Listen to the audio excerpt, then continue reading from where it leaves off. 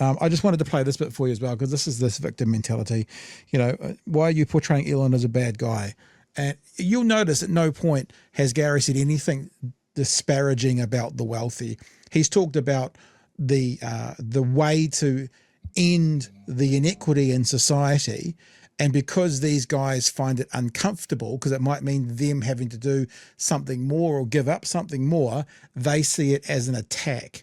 And it's the ultimate snowflakes on the right. Portray him as one of the bad guys, I think, is probably very unfair. I ain't here to call. I ain't never met Elon Musk. Yeah. I ain't never met the guy. He could be a nice. Have you met him? I met him once last year for a couple of hours. If he wants a copy of my book, I'll sign one for him. We can send it over, right? Look, listen. I'm not here to attack Elon Musk. No, but you know my point. I'm here to protect. He can afford a copy. I'm here to protect my people's ability to feed and house their children, and they're losing that. Right. They're losing that. And listen, but why is that Elon Musk's fault? Because he's employing hundreds of thousands of people. This is because wealth inequality is rapidly increasing, and wealth is being sucked out. Yeah, do you see what I mean? It's like, but we're just rich. What can we do? What should we do? I hear you, but why?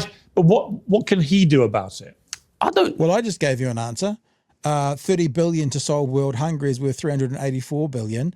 So he could still be worth 350 billion and solve world hunger. If he chose to, he could do that. Or he could also send out 125 tweets tomorrow, amplifying the worst voices in the world. 125 tweets, amplifying the worst voices in the world, solving world hunger, tweets, world hunger.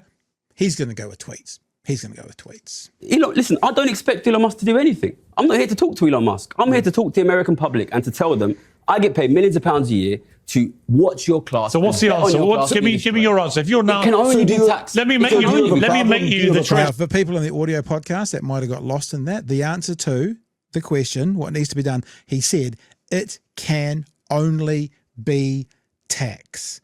It can only be tax. That's the answer that one of the best traders in the world, who has read the system right for the past 15 years, is giving. It can only be tax. With any of the things that Donald Trump's doing as per the economy or anything that we've seen in the last month, I don't think that they're going to work. I don't think because I am somebody who has made millions of pounds betting that growing inequality will reduce living standards, and he's cutting taxes on the rich. Listen, let me ask you a question, Mike. You've already accepted if we massively increase inequality, that can decrease living standards. If we massively decrease tax on the rich, people who make passive income of $100, $200 million a year, do you think that will affect living standards of the middle class? I don't know. If they increase their ownership of wealth, if they increase their consumption of goods and services, where does it fucking come from? Say again, Trey? I believe Ruben there was telling the truth. That he doesn't know. He doesn't know. Because he doesn't get asked questions. He pontificates in front of a camera and never gets challenged, like this person who has done the mahi, who has done the work and continues to do it every day. Their ownership of wealth, if they increase their consumption of goods and services, where does it fucking come from? Listen, we have sat here in the last 5 years. We've watched the biggest ever increase in millionaire and billionaire wealth in the history of this planet, immediately followed by a collapse in living standards of the middle class, a complete collapse in the ability of ordinary people to own assets, and nobody's drawing the connection. Gary, let me ask you a hard question. Can you point to a country in the last century where socialism has worked? Fuck off! You just notice that word has never been used. This is what the right does a lot, actually. What the right will do is they will complain about how the left always talks about X, Y, and Z, like this. Socialism hasn't come up. Gary's never mentioned socialism. I expect he's probably a capitalist if he's worked in that world and still talks about being worth millions of dollars. But the right will go, oh, the left are always wanting socialism. That hasn't been said once tonight. But listen to his answer, Chewie. I think you'll like it.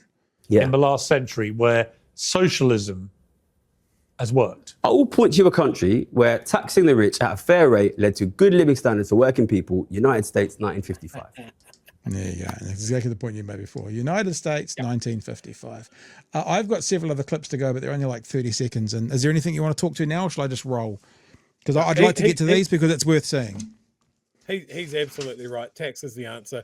If it wasn't the answer, then the rich wouldn't be so aggressively anti it. Yeah.